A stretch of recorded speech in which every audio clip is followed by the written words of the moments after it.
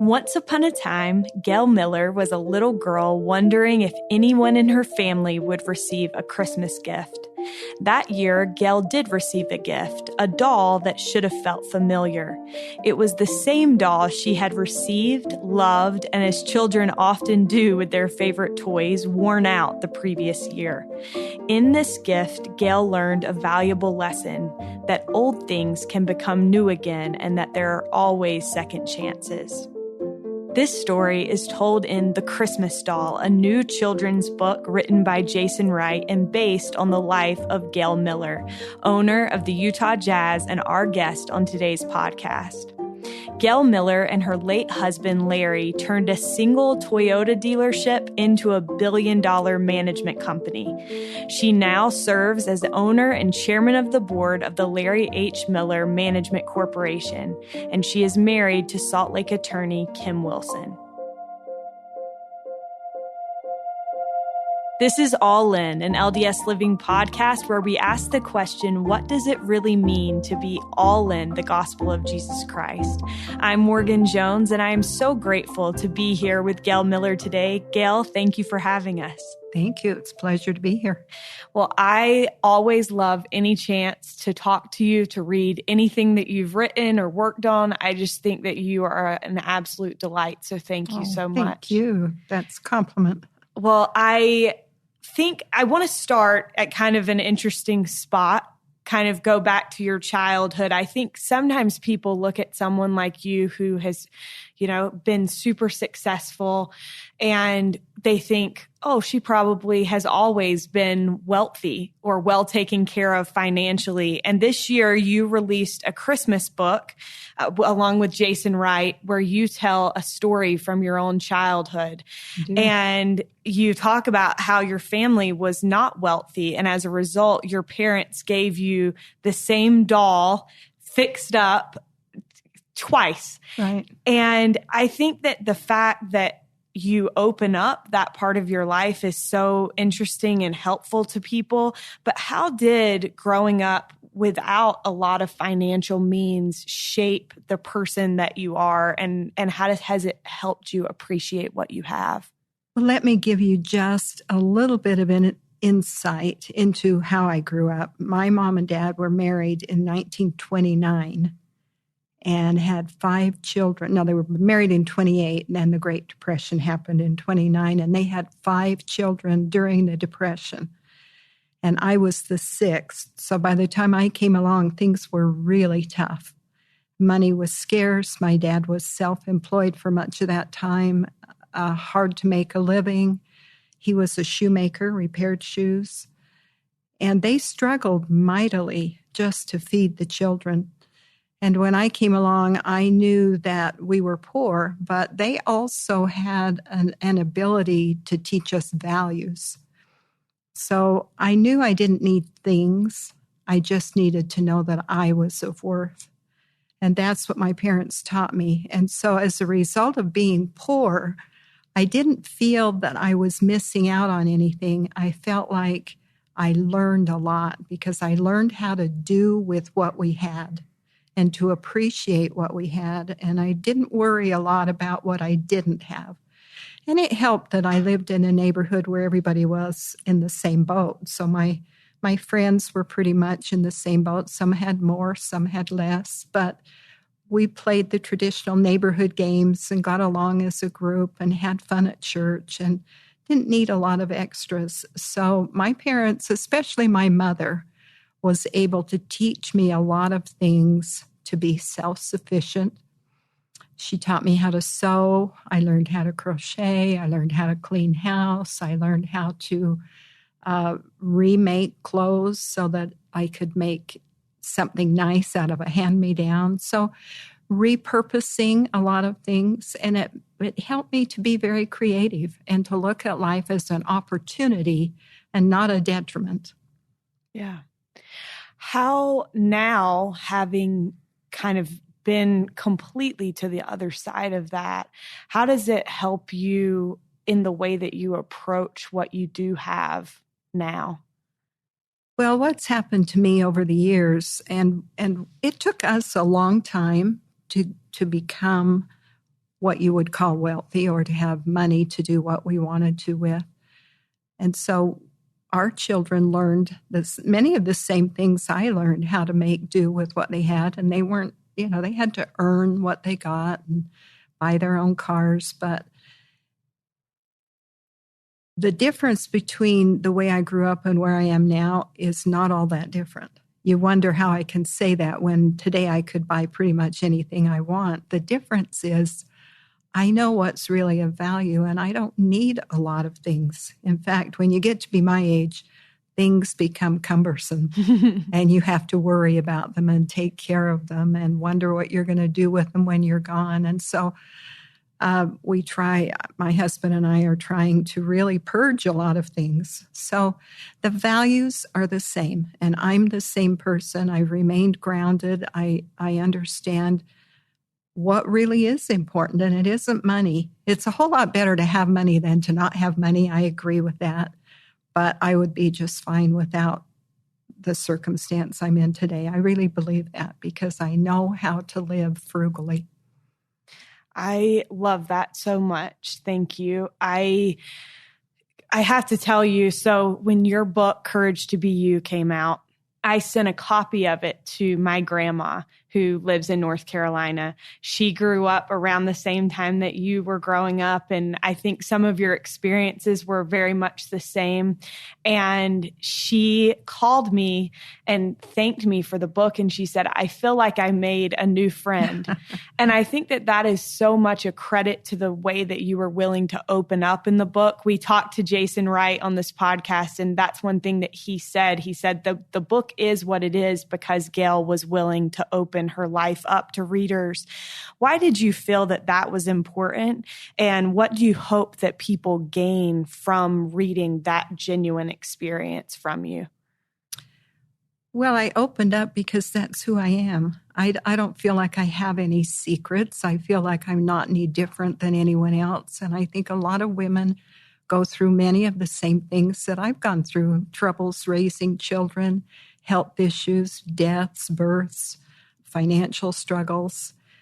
But when we share what we know with others, it's helpful. And that was really the whole purpose in writing the book, was to be able to encourage other women to face their challenges with hope and courage.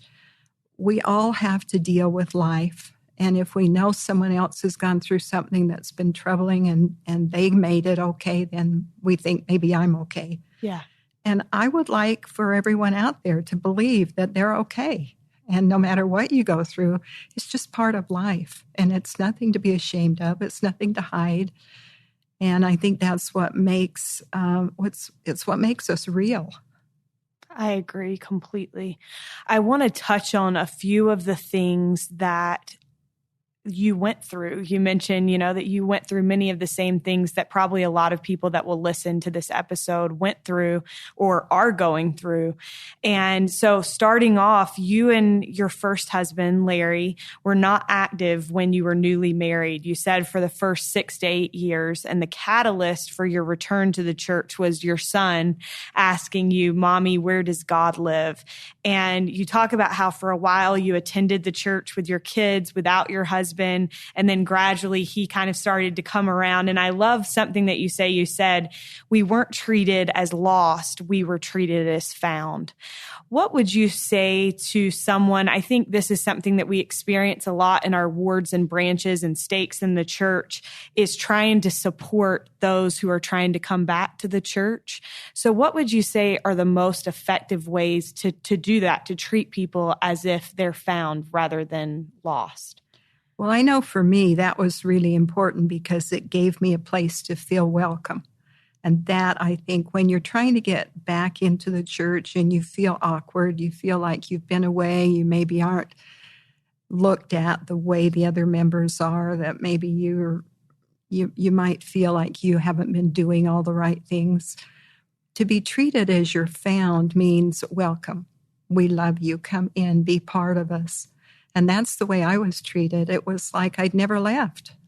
Every time I went to church after that, my heart was just touched with the fullness of what I'd been missing, not because I had done anything wrong, and I had been rude to people. In fact, I have a story about a man that I was quite rude to that I've regretted for a long time. I hope I've made amends, but I felt like I was there to make my life better, and people welcomed me and helped me do that. And that's the difference. Yeah. We need to look at people who are coming as, they're there because they want to be, and let's help them feel welcome. Yeah. During that period of time where you were kind of bringing your kids by yourself, you tell the story in the book of how you would kind of bribe your kids by taking them to McDonald's after church. And I think that that's such an honest and raw example. But as a mother, you were trying to do everything that you could to make that a positive experience for them and get them there. Why do you feel like those experiences that you had were important to include and let people know that this is not like a perfect situation ever? Well, for me, I didn't really have any intention when I told that story. It was just part of what happened. And it happened because I had 4 children under 6 when I was doing that. I have 5 total. But trying to take 4 little children to church all by yourself and keep them happy during sacrament meeting is a challenge. And I knew that if I could reward them, and that was the closest instant reward I had, then I could keep them focused. And so I didn't feel bad about it. Of course, it's not the right thing to do, but sometimes you just have to bend with what's going on at the time and realize that Heavenly Father wants you to do the best you can. He wants you to be perfect, but you're not.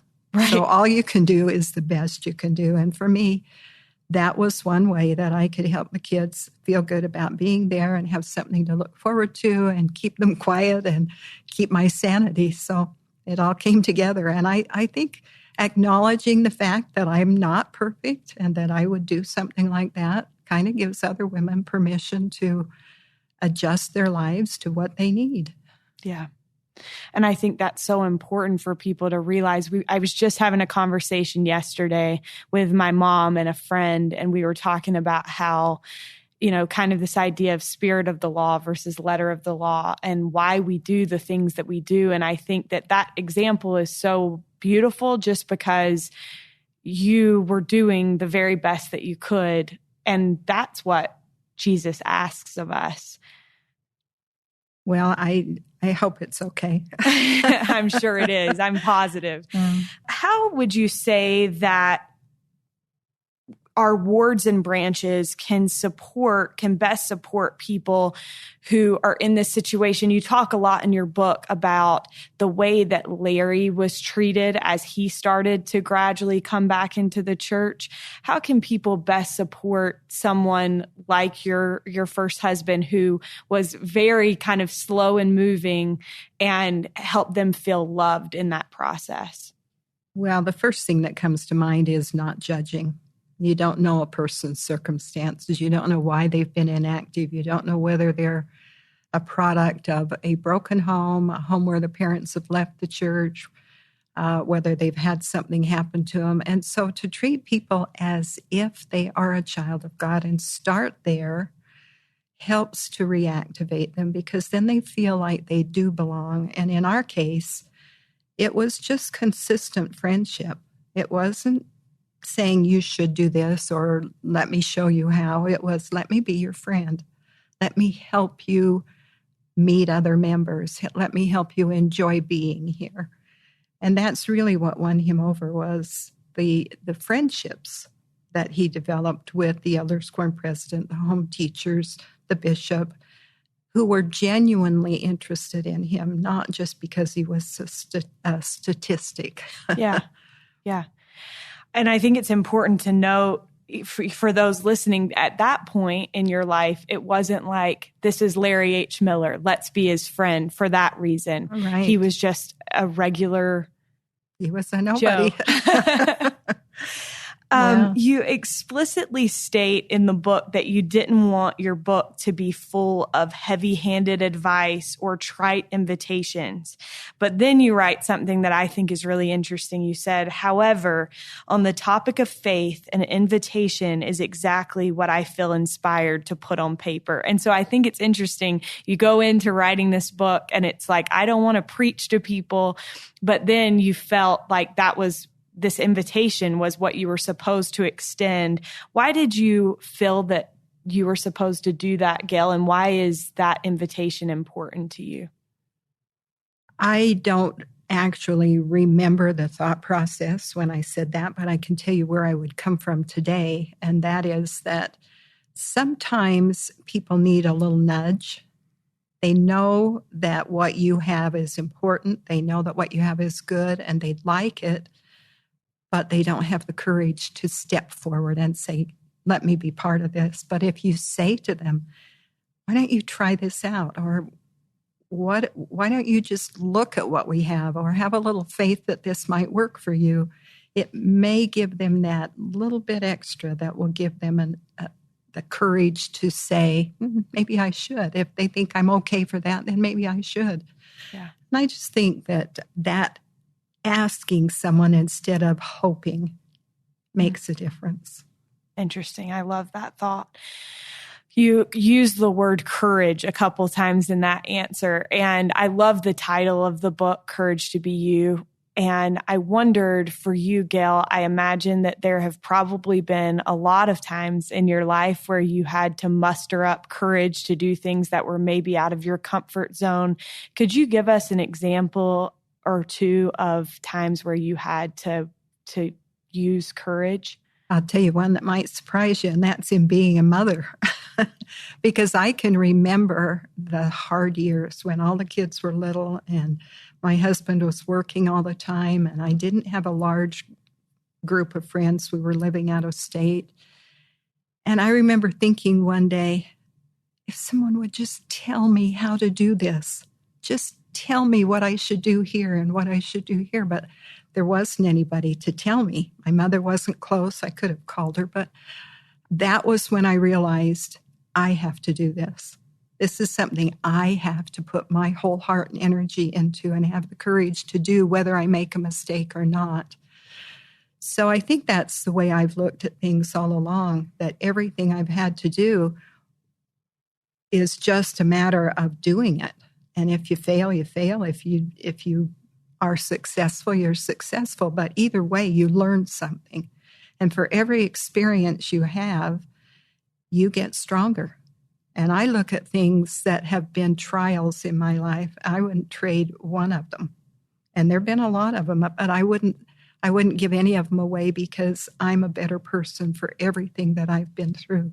And every time I've gone through something difficult, then the next one that comes along is a little bit easier because I know I can do hard things. Yeah. Gail, I'm curious, when Larry passed away, you had some big decisions to make about your businesses, the businesses that Larry and yourself had worked to build. And I think for many people that watched you in that period, it was like, that was courageous, stepping into a space that may have been a little bit out of your comfort zone. Do you feel like that required courage to step into Larry's shoes a little bit? I think it required a certain amount of courage. It wasn't as difficult as it may have looked because Larry prepared me well and taught me a lot about the business for the previous 30 years as we were in business together. And the added benefit was that my son was running the company. So I didn't have to take the reins and make sure everything worked. But there was a void after Larry died because he had kept me informed. And so one day when I realized that I really needed more information, I called my son and I said, I want to come to work and hear what you're talking about. I want to sit in on the meetings and see where things are going and how you're doing. And that kind of filled that gap for me. And then when he stepped down, then I felt like I could carry on. I knew right from the beginning, though, that it was important for me to be involved. In fact, Larry had said, you need to stay involved because you'll need to be a bridge from me to the kids because you've been there every step of the way. And so I did that, and I'm sure they expected me to stop after a while and stay home and be the grandma, but it got to be where I was too invested. I had to be here to make sure that the things we had laid the groundwork for continued to grow and develop and maintain the culture and the dignity and the heart and soul of the company. So I've done that, and today I have changed the culture. Well, I've changed the structure of the company.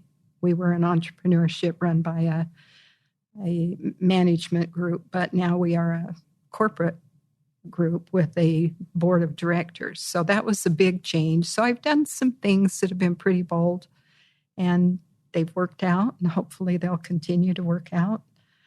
I've learned a lot. The people around me have learned a lot. And so it's been a real growing experience. And I think the one thing that, you said people were watching, I think the one thing that wasn't evident when Larry was alive was how much of a partnership we were and how much I knew because I wasn't out front. I always stayed in the background, but he always gave me credit for being the one that helped him do what he did. And so I think that was what was surprising, was for people to see that I could step up and do some of the things I've done. But it's because I was there all along. Yeah. I'm so impressed by that. And there are so many things that you said that I'd like to kind of follow up on. First, I love the idea. You said it's been a learning opportunity. And you said your kids may have expected you to stay home and be the grandmother. And I admire the fact that at your age and in your stage of life, when you could just go off into retirement, you are still here putting in work every day and seeking to learn. Why do you think, Gail, that continual learning is important?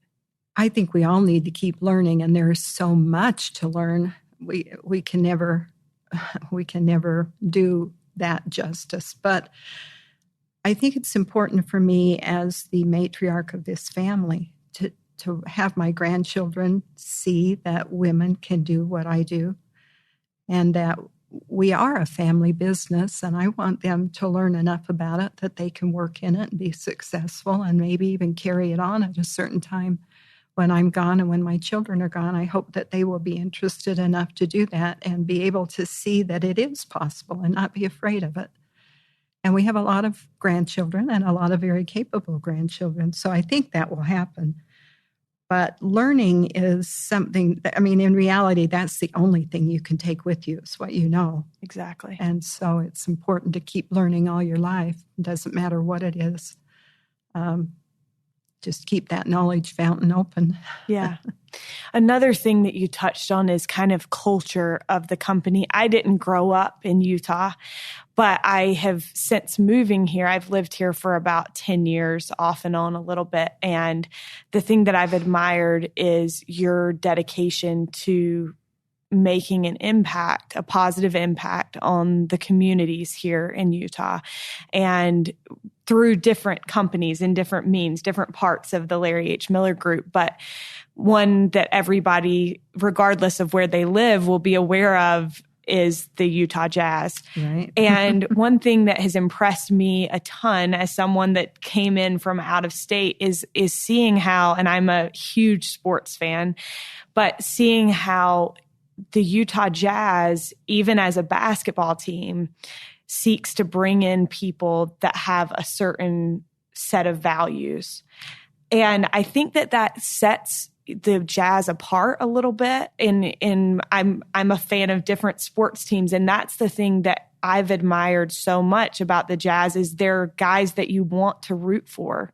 Thank you. That's very true, and we work hard at that. And it's something that as we hire a coach, we let them know what our values are and what we expect and how we want our players to respond to the community and be a part of the community and be good people. And Once in a while we miss, but not very often. I mean, basically, we have really good people as players.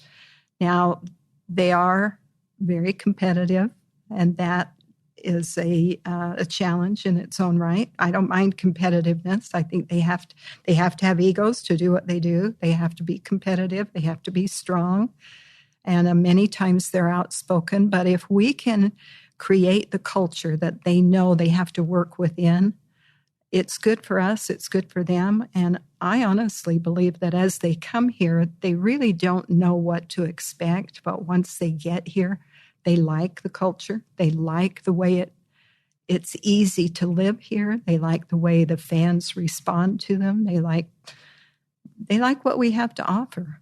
Yeah. And we like that. And I just think that it starts at the top, and you have to create the culture, and then you have to teach it, and then you have to move it down through the ranks so that everyone buys into it. And once you do that, then you have a good product. Yeah. I would imagine within NBA executives, that sets the Jazz apart quite a bit from some other organizations, just because I think, building that cannot be an easy thing. Well, you can't let it go. Once you've got it built, you have to maintain it. You have to keep building it and keep growing it and keep reinforcing it. And yes, you're right. Other teams have good organizations, but it is something that I believe sets us apart. And other people who've come in here from other organizations say the same thing. They say it's very different here. It's a family-like culture. Interesting. I love that. Gail, another thing that you have done within our community here in Utah is you serve on the governor's task force, and I think for suicide prevention. And regardless of where people live, I think this is something that's on people's minds. I know a girl that I grew up with in my home state just recently committed suicide, and it's amazing. I haven't seen her in years, and my heart has just hurt as a result of that.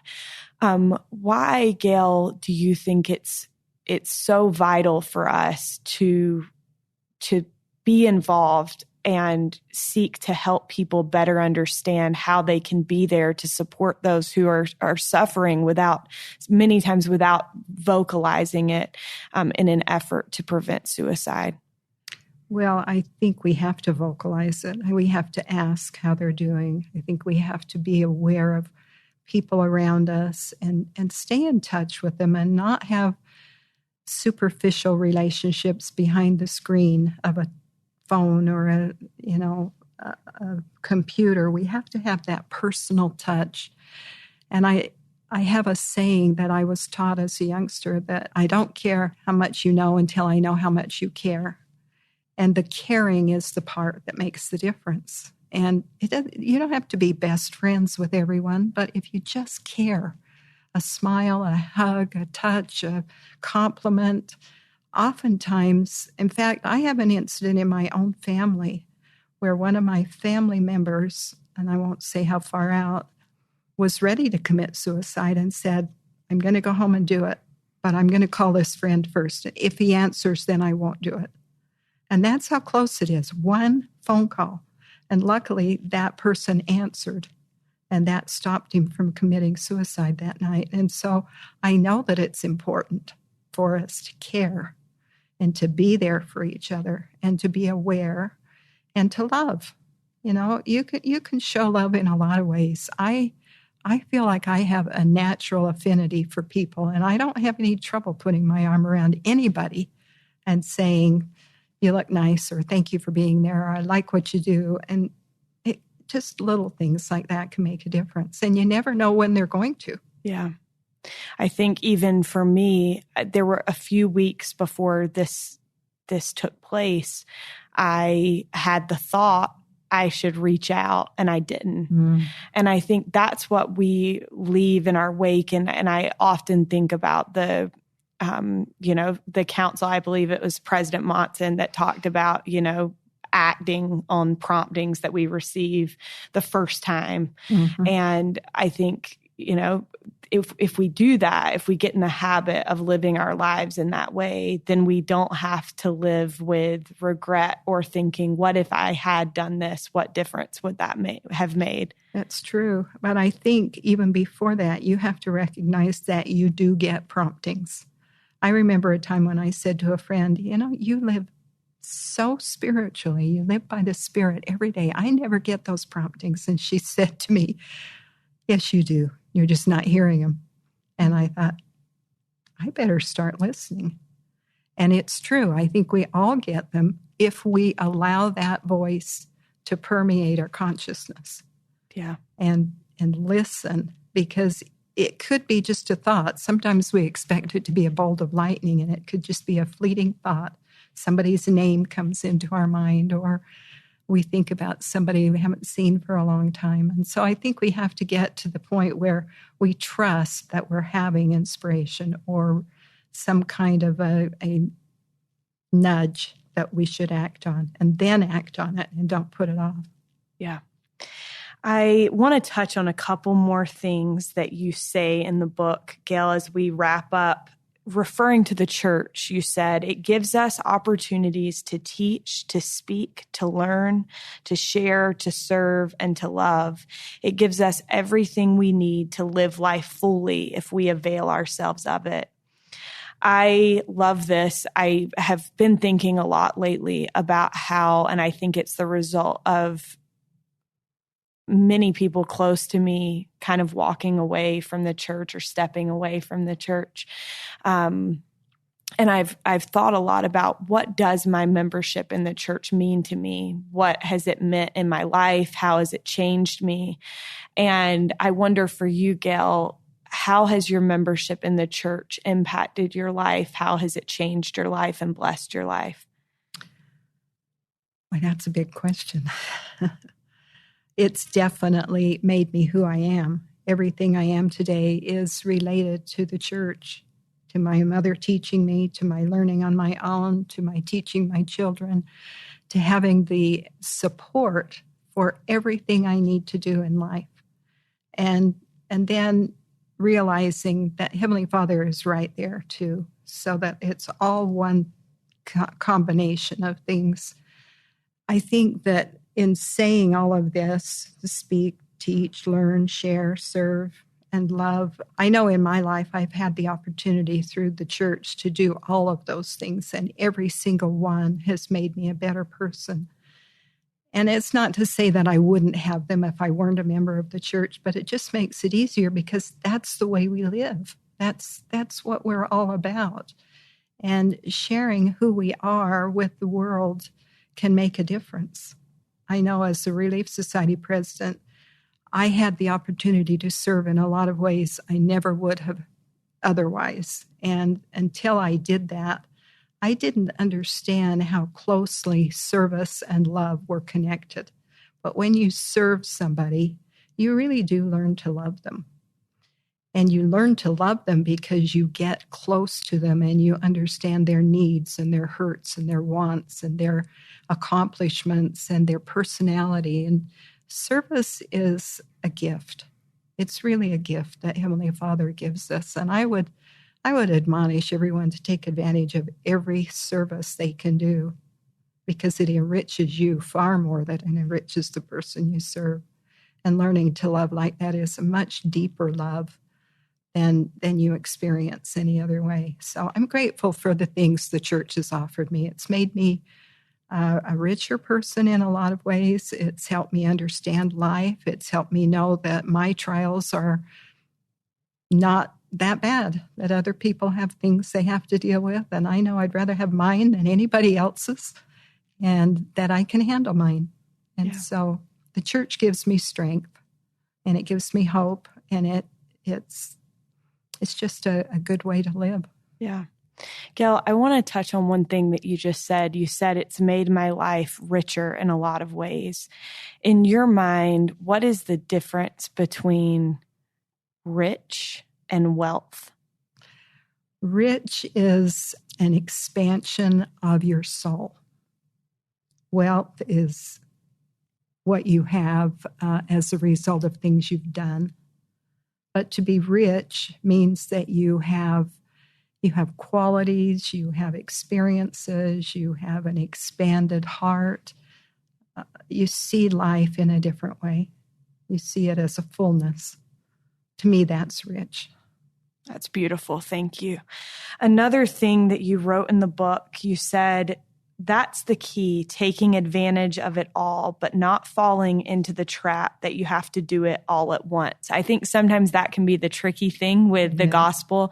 There are so many different things that pull on us and we want to do it all, but we have to find balance. What have you found to be most effective, Gail, in achieving balance in your life? Well, I don't know that we ever achieve balance. Balance is kind of a misnomer for what we think we have or want. We have to put the effort into the thing that's most important to us at the time. And it's kind of like a season of life. When you're young, you're mostly concentrating on yourself and learning who you are and building your personality and your pathway in life. And then you get married and you start focusing on your partner, and then your children come along. And then as they grow up, you learn again who you are as a mother, an empty nester, and then quite often you have to take care of an aged parent. So the seasons of your life kind of demand the focus and the balance of that part of your life, because you can't balance everything at the same time. Yeah. So you have to do what you can when it's the time to do it. I remember as the Relief Society president, I was doing the visiting teaching assignments, and I had one lady come to me, and she had small children, and she said, I really want to do this, but I can't. I can't do this right now. It's just so hard to get it done. I know. It just struck me right then. You don't need to do this. Your job right now is raising those children. We've got other women that can go out and be visiting teachers. Don't worry about it. And she had such a relief that I wasn't going to judge her for not being able to be a visiting teacher, but realized that what she needed to focus on at that time was her little family, because that was what was most important to her. And her heart was in the right place, but her ability to do it was, limited because of what else she had on her plate. And that's what I mean by you can't do it all at the same time. Yeah. You can do it all in its time if that's your desire, but you have to be able to save your energy for the right time and the right place. Absolutely. I think that that's such an important thing for people to recognize, that there are different seasons, and at different times in our lives, Heavenly Father is going to let us know what the priority is. And in your case, as a Relief Society president, you were the means of telling this lady, it's going to be okay. And I think we have to extend that mercy to other people and be sometimes that voice for Heavenly Father to be like, it's going to be okay. Yeah. Yep. Gail, I could listen to you talk all day, and I'm running out of time. So another thing that I love related to service in the church, you quote Ronald Reagan, and he said, there is no limit to what a man can do or where he can go if he does not mind who gets the credit. How does that relate? You've mentioned a few times your service as Relief Society president, but how does that relate to service in the church? Well, we're all in this together, and it's God's church, and the service that we do, we'll get the reward for whatever we do. We don't need to be praised for it here. We need to do what Heavenly Father wants us to do so that we can get His work done.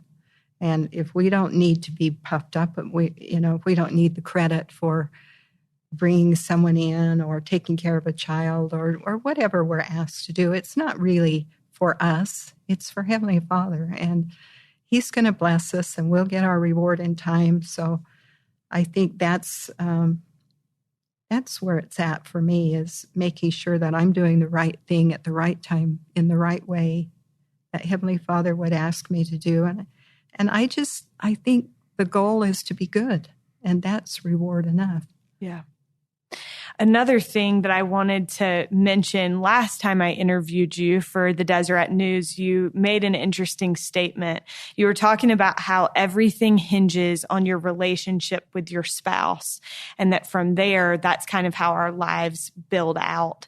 And you said, if you don't have a good relationship there, you're sacrificing one of the most important parts of your life, because when you get to heaven, Heavenly Father is not going to say, how well did you do at work? He's going to say, how well did you do with your family and with the things that I entrusted you with that are so precious?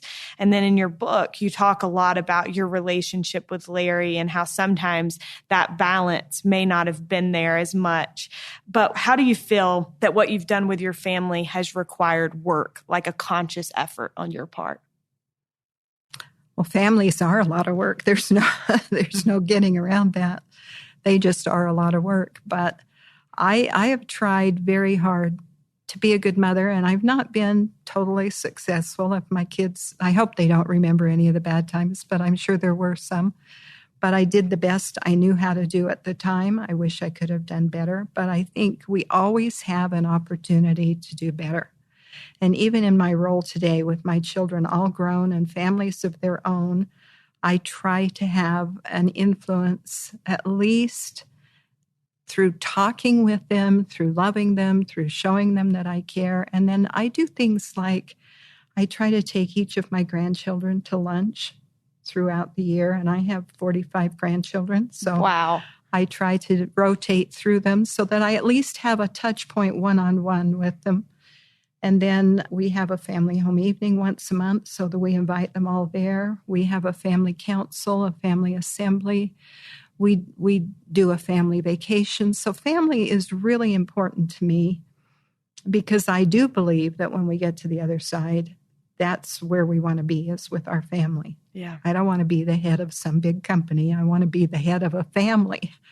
And I want to be connected with those that went before me. And if I can keep that in mind, that's where my eternal goals are. Yeah. And that's what's important to me. Thank you so much. Well, Gail, I just have one last question for you, and that is, what does it mean to you to be all in the gospel of Jesus Christ?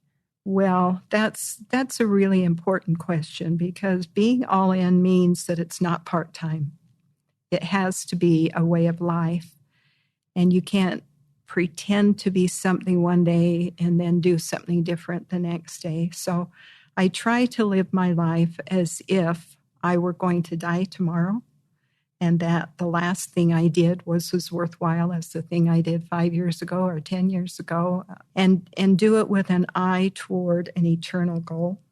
So all in means I'm really working toward being an eternal family and having the rewards that come with that. Thank you so much. Thank you, Gail. You've been a delight. Thank you. It's been a pleasure. We are so appreciative to Gail Miller for coming on today's podcast. You can find Gail's book, Courage to Be You, as well as the book based on Gail's childhood, The Christmas Doll, in Deseret bookstores now. We will be taking a little break for Christmas, but we'll be back after the holidays with a very special Don't Miss This Week that you literally won't want to miss. We'll talk to you then. In the meantime, have a very Merry Christmas.